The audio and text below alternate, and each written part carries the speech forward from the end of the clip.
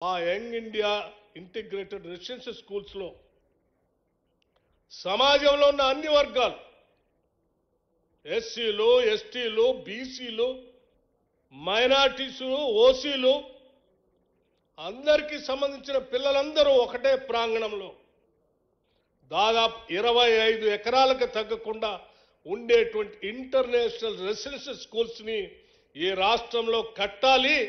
అటువంటి కట్టినటువంటి పాఠశాలలో మన పిల్లలు అందరూ సమానంగా చదువుకోవాలి, ప్రపంచానికి పోటీతత్వం నేర్పాలి అని ఒక గొప్ప ఆలోచనతో మొదలుపెట్టినటువంటి ఆ యంగ్ ఇండియా రెసిడెన్షియల్ స్కూల్స్లో ఆ బసవేశ్వరుడు స్ఫూర్తి కూడా ఉందని చెప్పడం కోసం నేను చెప్తా ఉన్నాను.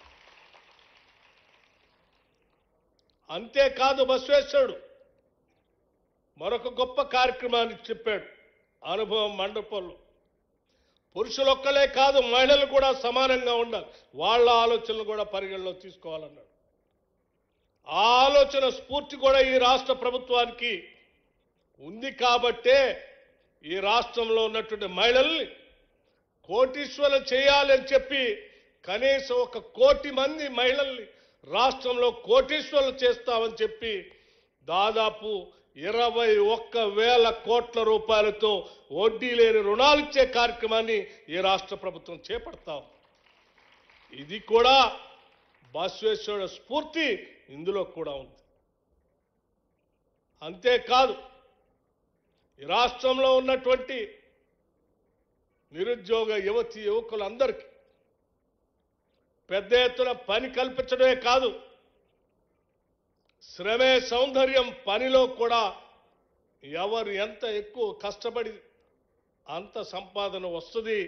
ఆ సంపాదనతో ఆ సమాజం అభివృద్ధి చెందుతున్నటువంటి ఆలోచనతో ఈ రాష్ట్రంలో ఉన్నటువంటి యువతి యువకులందరికీ రాష్ట్ర ప్రభుత్వ పరంగా ఉద్యోగాలు ఇవ్వటమే కాకుండా రాజీవ్ యువ వికాసం అని దాదాపు 9,000 కోట్ల రూపాయలతో ఈ రాష్ట్రంలో ఉన్నటువంటి యువత కోసం సెల్ఫ్ ఎంప్లాయ్మెంట్ స్కీమ్స్ పెట్టి పెద్ద ఎత్తున మొట్టమొదటిసారి భారతదేశ చరిత్రలో ఒకటే సంవత్సరంలో 9,000 కోట్ల రూపాయలని ఉపాధి హామీ పథకం, ఉపాధి ద్వారా నిరుద్యోగ యువతి యువకులకు ఇచ్చేటువంటి కార్యక్రమాన్ని చేపడతాం.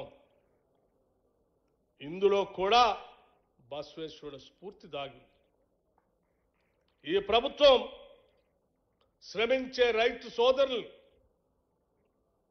ఆహారానికి అంబాసిడర్స్గా ఉన్నటువంటి ఫుడ్ సెక్యూరిటీకి అంబాసిడర్స్గా ఉన్న రైతాంగ సోదరుల్ని రక్షించాలని, వాళ్ళకి ప్రోత్సహించాలనేటువంటి ఆలోచనతో ఈరోజు పెద్ద ఎత్తున 21,000 కోట్ల రూపాయలని రుణమాఫీ చేయటమే కాకుండా ప్రతి ఎకరానికి సంవత్సరానికి 12,000 రూపాయలు రైతు భరోసా పేరు మీద శ్రమ అందించేటువంటి రైతుకు ప్రోత్సహించే కార్యక్రమాన్ని కూడా చేస్తున్నాం. ఈ శ్రమ, ఇందులోని సౌందర్యం ఉందని చెప్పి పెద్ద ఎత్తున ప్రోత్సహిస్తూ ఉన్నాం. దీంట్లో కూడా బసవేశ్వరుడు స్ఫూర్తి ఉంది. నేను చేసే ప్రతి పని ఒక సామాజిక పరివర్తన కోసం. ఆనాడు బసవేశ్వరుడు చెప్పినటువంటి విధానం కానీ, లేకపోతే డాక్టర్ బాబాసాహెబ్ అంబేద్కర్ గారు చెప్పినటువంటి స్ఫూర్తి కానీ, లేకపోతే అనేక మంది స్ఫూర్తిదాతలు, సామాజిక పరివర్తకులు చెప్పినటువంటి కార్యక్రమాలను స్ఫూర్తిగా తీసుకొని ఈ రాష్ట్ర ప్రభుత్వం ఇక్కడ సంపాదించే సంపదని ప్రజలకి పంచే కార్యక్రమంలో ఉన్నాం తప్ప పాలకులు పంచుకునే కార్యక్రమంలో లేవు. అందుకే బసవేశ్వరుడు ఇప్పుడు మా శేఖర్ గారు చెప్పారు, ఆనాటి కాంగ్రెస్ ప్రభుత్వంలోనే ఈ లింగాయతుల్ని బలహీన వర్గాల్లో చేర్చి పెద్ద ఎత్తున వీళ్ళకి మేలు జరగాలనే ఆలోచన ఏ రకంగా చేసిందో మరొక్కసారి బలహీన వర్గాలకి మేలు జరగాలనేటువంటి ఆలోచనతో ఈ రాష్ట్రంలో ముఖ్యమంత్రి రేవంత్ రెడ్డి గారి నాయకత్వంలో ఈ రాష్ట్రంలో జనాభా కులగణన జరిపి దాదాపు 56% రాష్ట్రంలో బీసీలు ఉన్నారని చెప్పి ఆ బీసీలకి 42% రిజర్వేషన్ స్థానిక సంస్థల్లో కల్పించే కార్యక్రమాన్ని చట్టబద్ధంగా శాసనసభలో బిల్లు పెట్టి పాస్ చేసినటువంటి ఒక చారిత్రాత్మకమైనటువంటి నిర్ణయాన్ని కూడా మనం అందరం గమనంలో తీసుకోవాలి. ఇది బహుశా ఈ దేశంలో ఏ రాష్ట్ర ప్రభుత్వం కూడా చేయలేకపోయింది. చాలా సంవత్సరాల నుంచి దీని గురించి మాట్లాడుతూ ఉన్నారు. మీ అందరికి కూడా మనందరం కూడా మనం చేసుకోవాలి. కులగణన అనేది ఈ సమాజంలో ఆనాడు బసవేశ్వరుడు చెప్పినట్టుగా ఏ వర్గాలు ఎంత వెనుకబడి ఉన్నాయో వాళ్ళందరికీ